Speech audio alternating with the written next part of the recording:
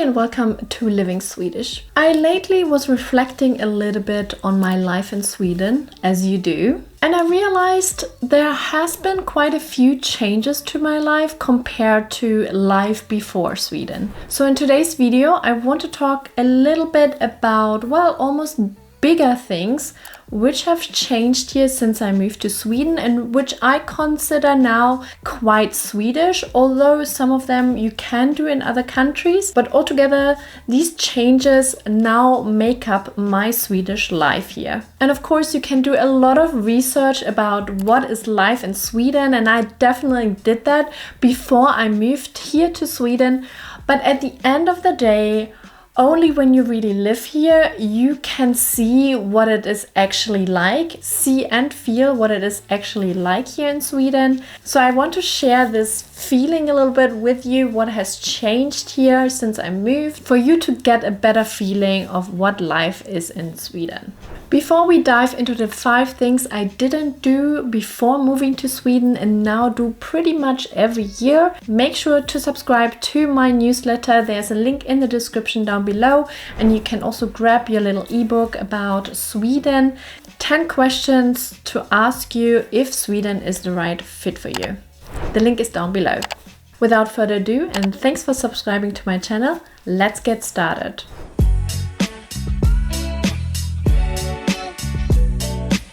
So the first thing I want to talk about is skiing, or in my case it would be snowboarding. Although I'm coming from Germany and actually the majority of my life I lived close to Munich, but I didn't grow up in the south of Germany where you're closer to mountains, the Alps for example. I actually grew up in Berlin, the other side of Germany, the north of Germany, where there are pretty much no mountains to actually go skiing. So when I was a child, I never skied, I never snowboarded. I started when I was 15 and I, already moved to the south of Germany when I was 11. And I was 15 when I first tried skiing actually. So quite late, I would say, compared to a lot of other people. And the next year I started snowboarding, and that stuck with me a little bit more. And ever since I tried snowboarding more, but the reality of it is that I maybe did a handful of snowboarding sessions,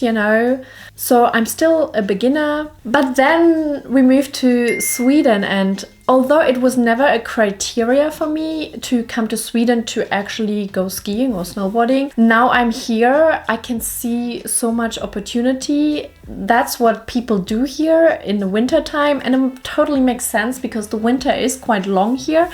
But you do have amazing snowy winters. Sometimes you have to drive a little bit further.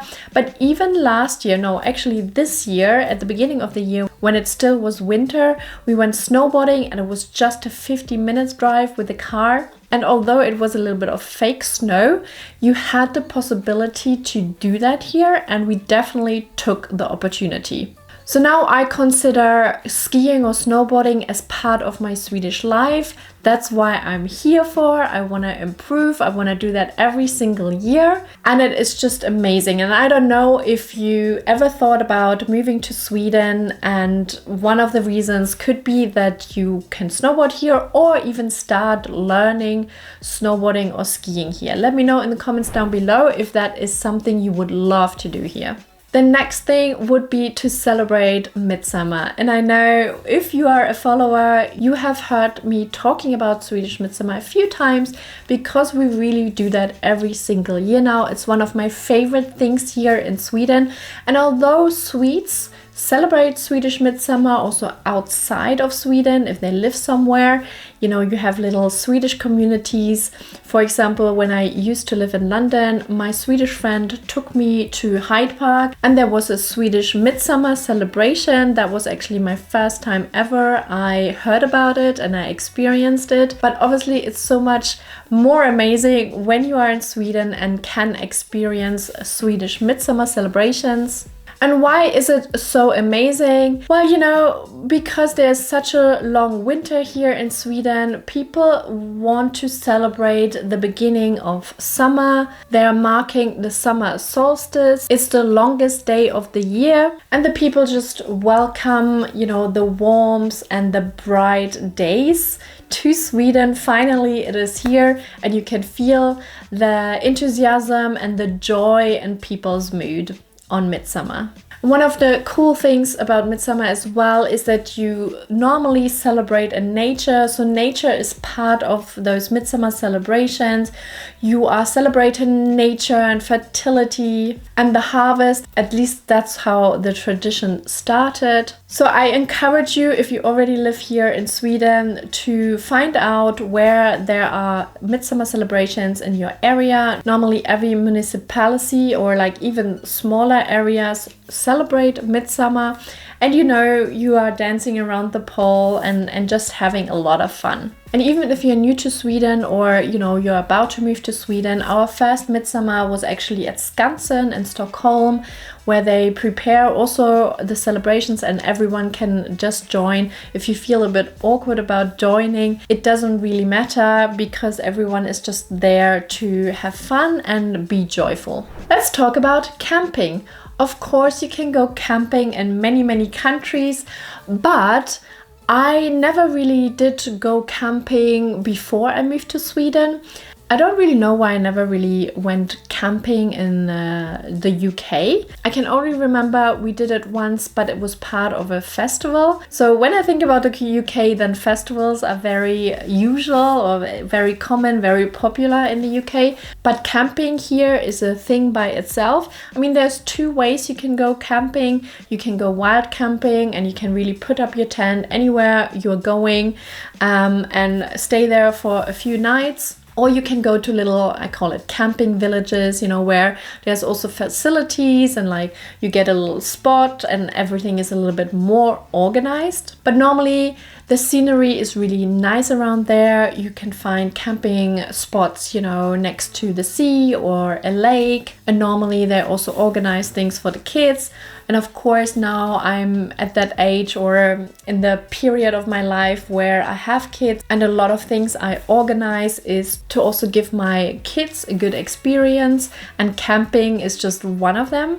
And I think nature, again, is a big part of camping. You know, I just love that you are pretty much outside all day long. You can have your coffee in front of the tent.